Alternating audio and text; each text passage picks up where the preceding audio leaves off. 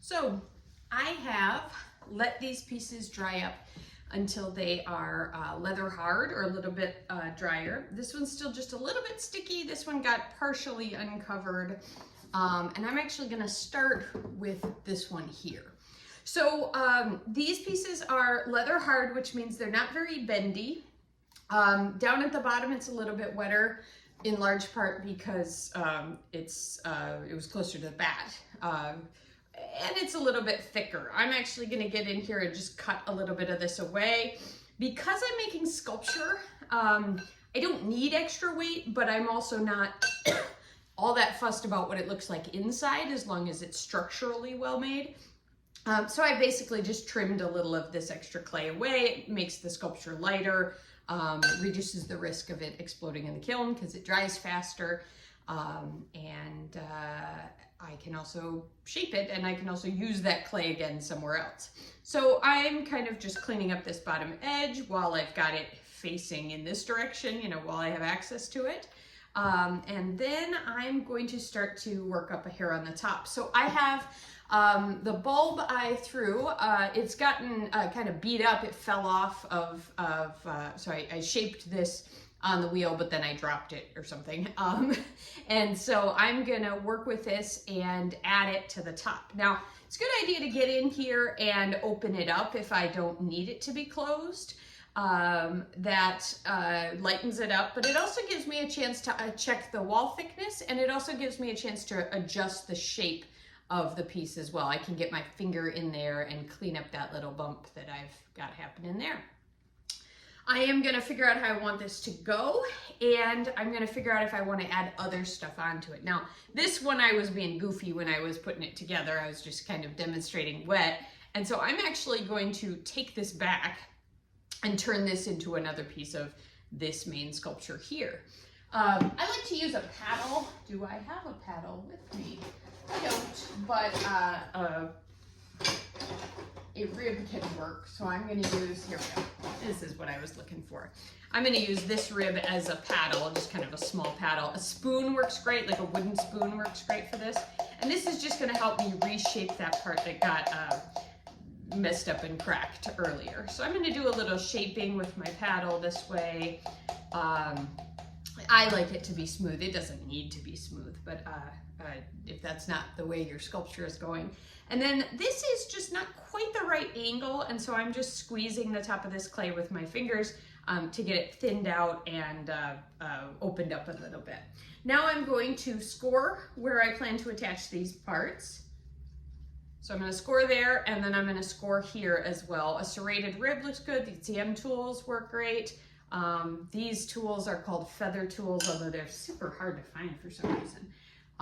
So use them if you can find them. And then I've got a little bit of slurry water here left over from when I was throwing, if I can find the thick bits at the bottom. There we go. So I'm going to add some slurry onto here.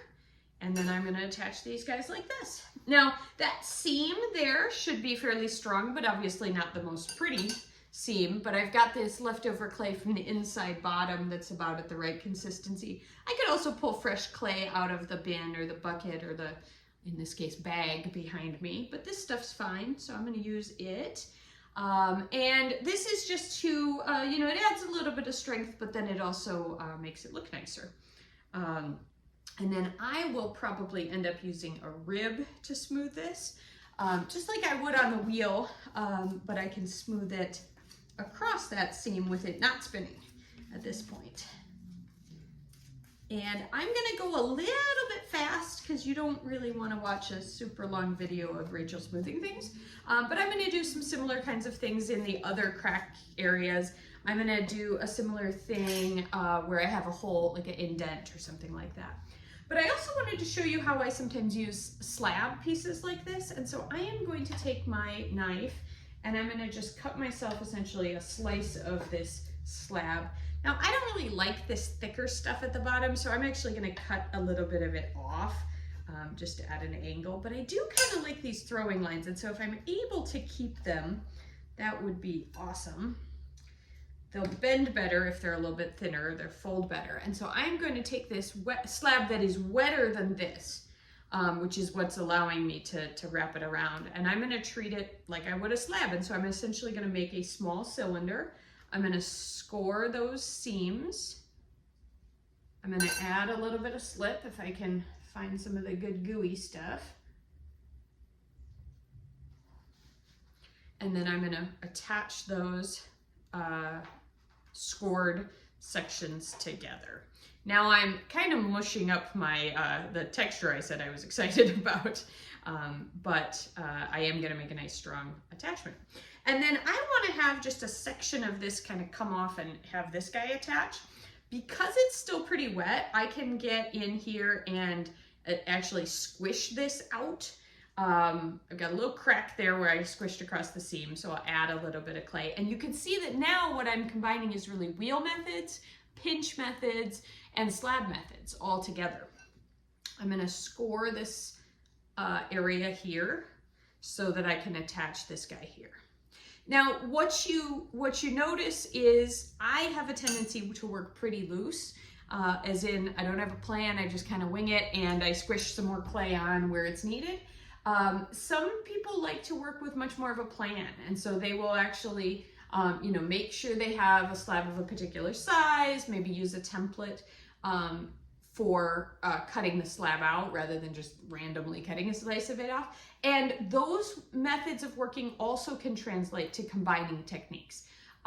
So you can combine, throwing on the wheel with making slabs with building with cut and dried or leather hard slabs, for example, or using the extruder like I showed before, all of those sorts of things.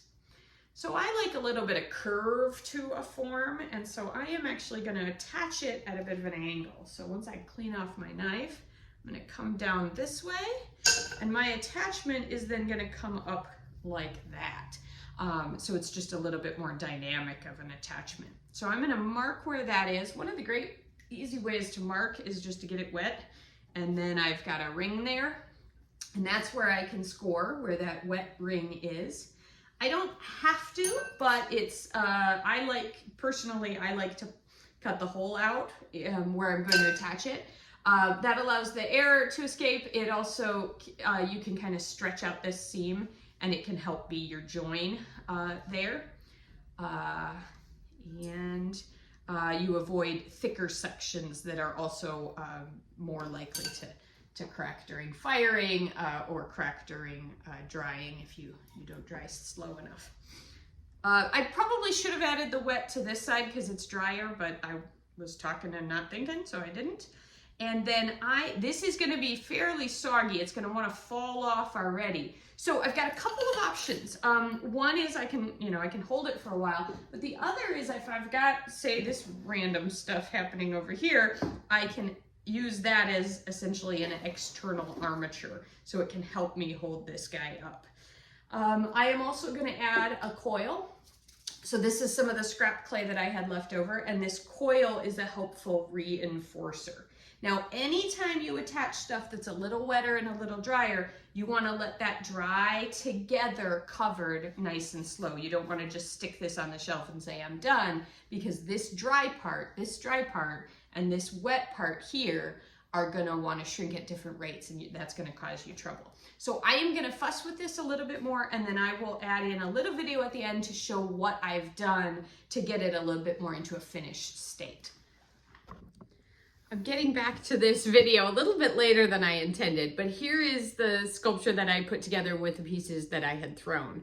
So I've got here the ribs that you can see here are from one of the slabs. So the slab had those throwing lines on it, and I basically folded that slab around to make this little doohickey, this little bulb on the end. This was one of the finials that I had thrown that I've attached, and then I've had the thrown bulbs here. I think this one has the ribs as well, and I actually, right now, I can't remember if I made that from a slab that I cut or if I put those throwing lines into the form itself as I was throwing it on the wheel, more or less that way. So normally I might have gotten a little bit more excited about the surface textures, but I was doing this right before the quarter, and so I wanted to make sure I got it done to show you all and add to the video.